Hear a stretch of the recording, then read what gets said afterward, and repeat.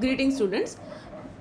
This is an online lecture on encyclopedia. This is covered in paper 7 and unit 1. So we will talk about all the details of encyclopedia in this lecture. Encyclopedia, as we all know, is a very great resource for providing us with the summary and background information. They are reliable source of information because they are written by the experts. So most of the time the articles are arranged alphabetically and also illustrated with the help of detailed bibliography. Bibliography is ascertain that it is an authentic source and also to afford further reading by the user. Additionally, these encyclopedias are supplemented with the help of good index and many cross references to help the user to find a better source. They are also termed as cyclopedia. The term cyclopedia is often restricted to the usage of smaller encyclopedia which are limited in their scope to a single branch of information or reliable smaller subject area. Encyclopedias are increasingly acquired by the libraries in order to keep up to date to the users. They are supplemented with the help of yearbooks or annuals. Thus, it may be stated that encyclopedias are the sources of information that constitute an essential part of a reference collection. Most of the time they are physically voluminous and costly publication and normally cannot be acquired by an individual. That is the reason they are maintained by the libraries and information centers. They are extremely valuable because the information available is factual, general and background type, which is useful to variety of users in various subjects of knowledge. Hence, it is suitable for solving our regular inquiries on the reference decks in the libraries.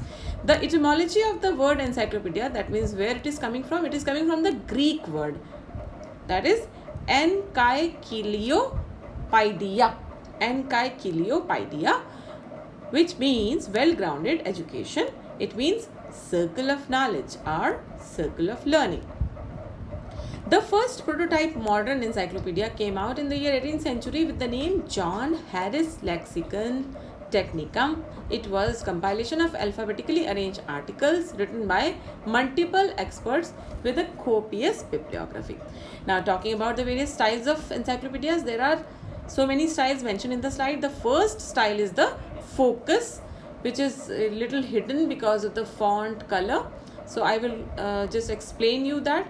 Basically, it is subject specific encyclopedia have become predominant type of encyclopedias these days. Specialized encyclopedias are referred for the intensity of the focus on a single subject and in-depth accounting of all aspects relating to that subject. General encyclopedias are normally referred for reliable overview of unfamiliar topic, and mostly those are available in digital format. The second style of encyclopedia is age appropriateness, which you can see clearly on the screen. We see an increasing trend of encyclopedias these days for children and adults. Age focused encyclopedias have overtaken the field. For example, we have encyclopedia for elementary school children, middle school age children, similarly young adults in high school. Now the third style is the scope. That means whether the encyclopedia is single volumed or multi-volume or online encyclopedia. We have seen an online encyclopedia on the internet all over. The most common and popular one is Wikipedia, which is at present publishing so many. It contains 40 million articles in 300 languages and is still increasing. It is expensive. Every day it is expanding in all possible subject knowledge. The next style of encyclopedia is the format, in which that means for which format it is available. Earlier it was only print, and now they have transitioned from print to CD-ROMs to DVD-ROMs, and now we have several encyclopedias which are available in online avatars, that means online format. They have transitioned in so many different ways and it is more illustrative in nature. The encyclopedias also show you not only the images but also the videos, also the multimedia videos which explain the concepts in more illustrative way, more explicitly to the user. Now, talking about the uses, it's a very useful resource. We all know that it provides a digested information which is confined, very concisely available on a particular topic, and it is more useful than books. Moreover, once the encyclopedia publishes its very first issue, then they revise it, and after some time they start publishing with the help of supplements, annuals or yearbooks, which provides the rich sources of information in current areas. So rather than covering A to Z everything every year, every periodical publication, they only focus on the new information or current information.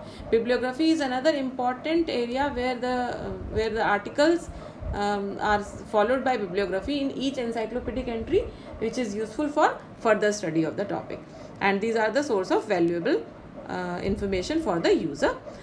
The encyclopedia also is a great addition to the subject of knowledge, because the indexes to the encyclopedias are quite detailed in nature.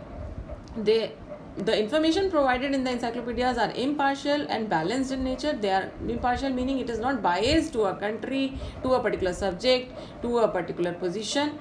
So that is the reason it is called balanced source. It is useful source for the genesis and growth of topic. Most of the time encyclopedias are referred to know prominent people in any country, in any region, or in any nation, and also is a rich source of information for getting any geographical type of information with regards to places, cities, mountains, rivers, any geographical information. And even for that purpose, the older editions of encyclopedias are also serves as a most useful source.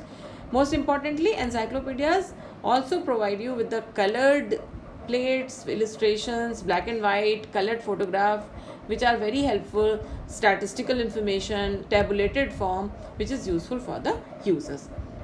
So I will cover more details about this lecture in my next video.